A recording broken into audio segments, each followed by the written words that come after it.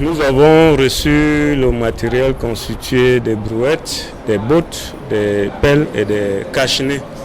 C'est une activité qui rentre dans un processus qui a commencé en 2013 parce qu'en décembre 2013, le conseil municipal a voté une délibération sur le budget participatif, donc un budget qui permet de prendre en compte les priorités des populations. Pour le faire, il a accompagné la mise en place des comités de développement dans nos quartiers. Et ces comités de développement, depuis 2013, sont en train de mener un certain nombre d'activités, entre autres les activités d'hygiène et de salubrité de leur quartier. Et ces derniers temps, nous sommes impliqués dans une première campagne Ville propre. Et nous avons récemment travaillé dans le cadre de spécial vacances Ville propre. Et récemment, le ministère de la Ville et du Développement local urbain a lancé un concours capital propre auquel les arrondissements de Yaoundé se sont mis en compétition. Et Yaoundé Premier a mobilisé ces quartiers. Et ce sont les quartiers de Yaoundé Premier qui se sont mobilisés pour cette initiative, qui reçoivent aujourd'hui la participation de la mairie pour ce concours-là. Notre quartier a occupé le deuxième rang du quartier le plus propre de Yaoundé Premier. Et personnellement, j'avais été désigné la personne la plus dynamique dans le cadre de ce concours-là.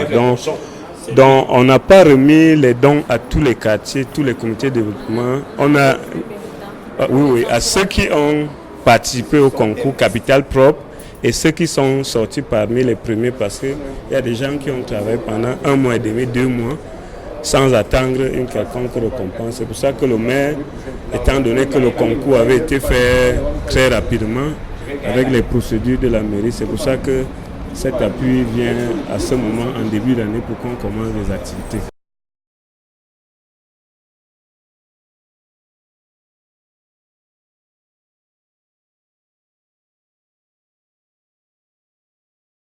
Nous avons reçu des brouettes, les bottes, les pelles et les cache-nez. Le maire choisit le quartier de par son activisme. L'activisme qui est dans notre quartier. Nous nous réunissons les dimanches pour assainir, pour excaver notre rivière qu'on appelle un thème. Nous l'excavons pour qu'il y ait un bon ruissellement des eaux. Voilà pourquoi le maire est Mirandje, de par sa bonne volonté. Nous, en tant que cadre aussi, nous, en tant que point focal, nous avons pu informer, nous avons pu sensibiliser les populations en matière de propreté et en matière d'assainissement. Donc, nous voulons rendre Yaoundé comme ville propre.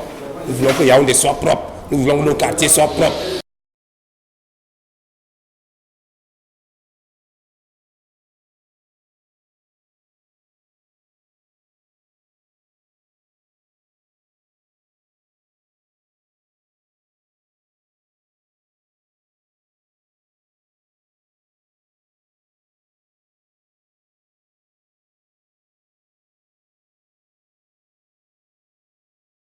Je suis le président du comité de développement de San Francisco. C'est un quartier qui est en Colbon.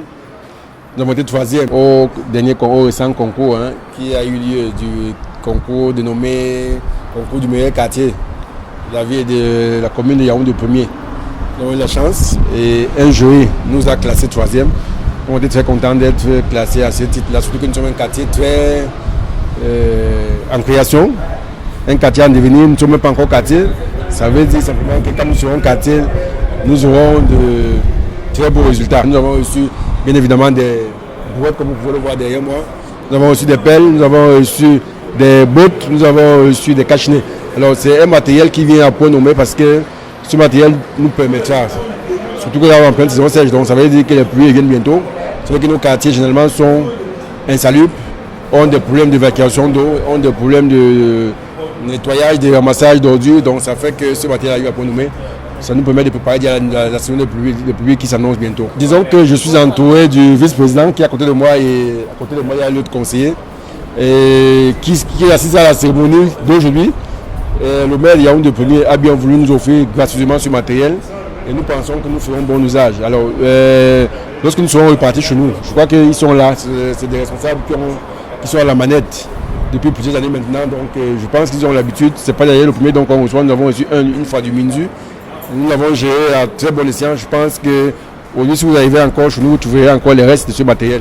Donc ils sont là, ils prendront, ils feront bon usage. Et je crois qu'on d'ailleurs chez nous, notre quartier est subdivisé en rues. Donc il y a le chef de rue, il y a plusieurs, il est sous-compartimenté. Donc du coup, on donnera ce matériel à chaque compartiment. Je crois que à partir de là, chacun pourra faire bon usage.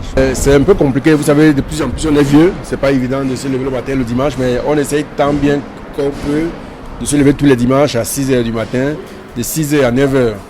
On essaye d'alerter tout le monde dans le quartier et que chacun sorte avec qui pioche, qui matiette, qui pelle, qui brouette pour venir faire les quelques travaux qu'on a. Parce que chez nous, le quartier, je vous ai dit, est encore en construction. Il y a encore beaucoup d'herbes, il y a des endroits, parfois il y a des bosquets.